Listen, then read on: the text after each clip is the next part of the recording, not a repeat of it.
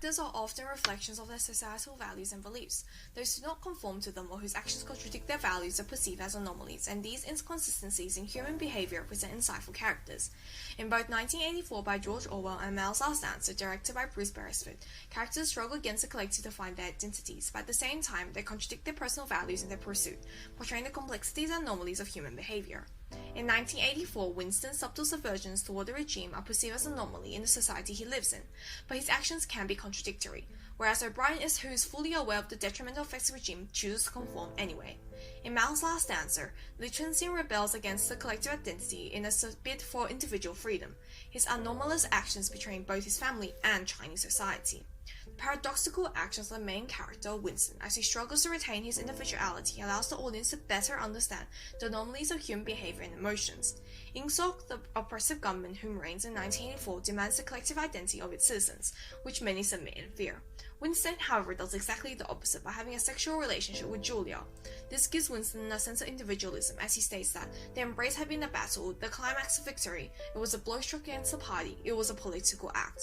Winston compares love and sex metaphorically to winning a war against the party, and the diction of political act undermines the love and affection between him and Julia, instead highlighting the importance of individuality and individual experience as a mechanism for dissent and change.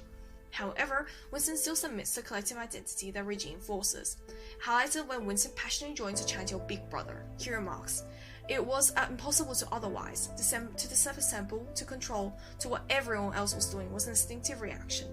The enjambment of the sentence induces an emotionless tone akin to someone being controlled.